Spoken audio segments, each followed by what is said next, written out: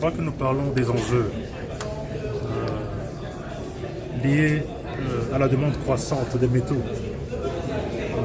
Demande qui apporte des défis, bien sûr, du point de vue de la gouvernance, du point de vue du respect de l'environnement, et du point de vue des attentes aussi de nos communautés, qui veulent savoir quelles sont les retombées pour elles. C'est de ça qu'il s'agissait lors de mon exposé. Ce qu'on va retenir, c'est que dans la tripartite entre les investisseurs, le gouvernement et les communautés locales, chaque partie prenante doit jouer sa partition. Chaque partie prenante doit pouvoir comprendre qu'elle n'a pas que des droits, elle a aussi des obligations. Les investisseurs doivent apporter les capitaux, la technologie. Ils doivent respecter le cadre légal et conduire leurs affaires en toute transparence. Veiller à ce que les communautés autour d'elles se retrouvent avec un mieux-être. Mais le gouvernement a aussi un rôle à jouer important. Assurer la paix et la sécurité, mais également la stabilité du cadre fiscal et un cadre légal qui est suffisamment attractif pour les investisseurs, les rassurer et veiller à ce que les infrastructures soient érigées ou contribuent à cela en tout cas, parce que c'est sa responsabilité. Et enfin, les communautés locales ont un rôle important à jouer, ont des obligations aussi. C'est celui, bien sûr, de s'approprier les projets qui se développent dans leur zone et conduire leurs affaires en toute transparence, notamment avec les paiements infranationaux qui tombent dans leurs caisses maintenant, qui sont des grosses sommes d'argent, être responsable, avoir une vision claire de ce qu'on veut faire de tout cela, pour prendre leur destin entre leurs mains et participer à un débat constructif avec les opérateurs qui viennent s'installer dans leur zone. Est-ce que la population, à quoi elle pourrait s'attendre, au-delà de tout ce débat que nous faisons, je crois que c'est une prise de conscience de tout un chacun. Parce que tous les sujets qui ont été débattus reviennent à mettre l'homme au centre de tout cela. Nous sommes 100 millions de Congolais. C'est la responsabilité de 100 millions de Congolais de changer le narratif de notre pays. Les pays qui avancent, nous avons été presque dans le monde entier. Nous avons vu que ces pays qui avancent par rapport à ceux qui reculent ont certaines valeurs en commun. Que ces pays soient à l'ouest, à l'est, au nord ou au sud. Et ces valeurs sont les suivantes. Premièrement, ces gens-là aiment leur pays, sont patriotes. Celui qui aime son pays ne le trahit pas. Celui qui aime son pays ne fait pas la guerre à son compatriote en l'empoisonnant, en lui disant « ô toi que je m'y mette ». En fait, la tragédie qu'il y a à l'est de notre pays aujourd'hui, c'est une trahison de notre pays par les propres fils et filles de notre pays. Il faut d'abord aimer son pays. La deuxième valeur, c'est l'intégrité.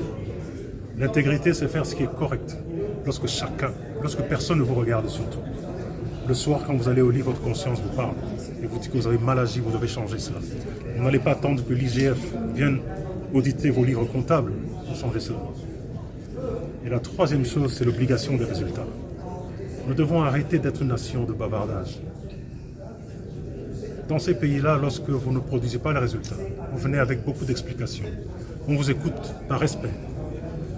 À la fin, on fait une chose, on prend quelqu'un d'autre. Ça veut dire que vous êtes viré, tout simplement. Et la dernière chose, c'est la méritocratie. Nous devons apprendre à mettre les gens qu'il faut à la place qu'il faut.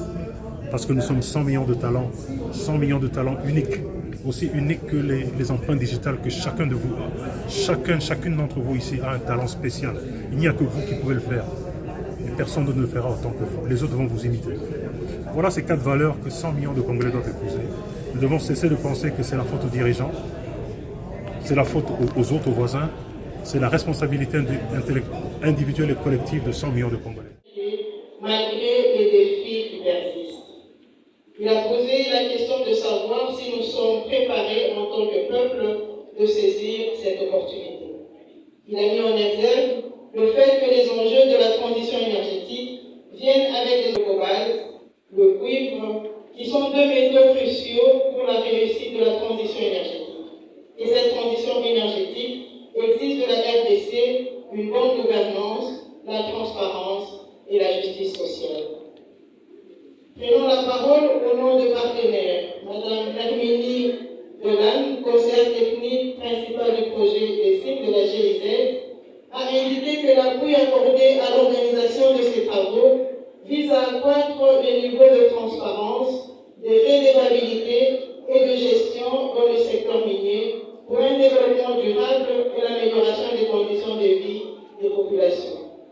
Elle a insisté sur le fait qu'il est vrai que la transition énergétique est susceptible d'influencer positivement le développement économique de la RDC, que cette dernière continue naturelle et la pauvreté des populations.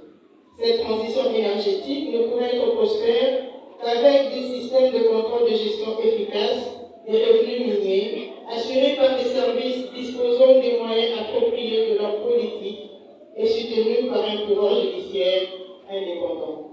Je suis journaliste minier, je suis activiste minier, je suis consultant. J'aimais la campagne Touche pas mon courage depuis des années. D'abord, c'est la 7e édition. On assiste chaque année avec Sarwa qui est notre partenaire.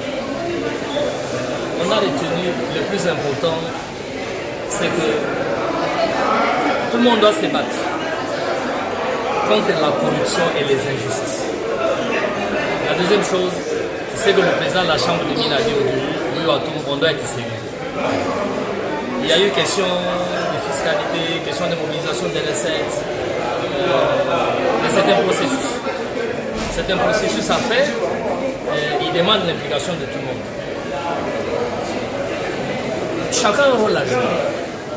Les politiques ont un rôle à jouer, les activistes de la société civile ont un rôle à jouer, les journalistes ont un rôle à jouer. Chaque citoyen a un rôle à jouer dans la lutte contre la corruption. Et pour être sérieux, nous avons un arsenal de lois. Quand nous prenons en Afrique subsaharienne, il faut dire que la RDC a de très bonnes lois. Généralement, et dans le secteur des mines, notre code minier, notre règlement minier, c'est les meilleurs. Beaucoup de pays s'en expliquent. L'État a investi pour la production de l'eau. Maintenant, l'État doit investir pour appliquer les lois. Parce que si l'État applique les lois, les choses, ça devient vraiment un État de droit. Le climat des affaires est assaini. Il y a la sécurité juridique et les investissements vont venir normalement. Vous savez, quand il y a la corruption, quand il y a le chantage, quand il y a tout ces choses-là, ça complique les choses. L'État a un effort à faire. Vous avez suivi Madame la ministre de la Justice. Quand elle dit que la corruption gangrène et menace le pays, ça doit être plus au sérieux. L'État a beaucoup d'efforts à fournir. Minerais là qui entre dans le cadre de la promotion de tout ce qui est comme véhicule électrique, tout ce qui est comme batterie électrique. Demain ou en 2030, il y aura des millions de véhicules qui vont être produits dans le monde. Et ces véhicules sont à vendre, ce n'est pas gratuit. Et ça a un coût. La meilleure chose pour un pays, c'est de se poser la question de dire nous allons tirer combien dans la vente de ces véhicules. Donc ça, c'est le débat. Nous avons eu de très bonnes discussions. Et je remercie tous les participants, les panélistes qui ont participé dans les panels, dans les sessions, qui ont enrichi totalement nos discussions.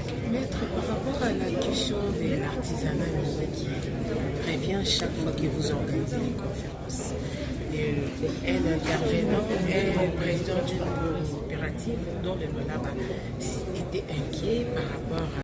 Notre mission, c'est de commencer par là où on est, en apportant des innovations, et je peux vous rassurer que le potentiel en expertise existe tant dans la diaspora qu'au niveau local, et donc la RDC n'est pas dans une course avec d'autres pays, mais la RDC veut bâtir sa politique en prenant avantage de ce qu'elle a localement.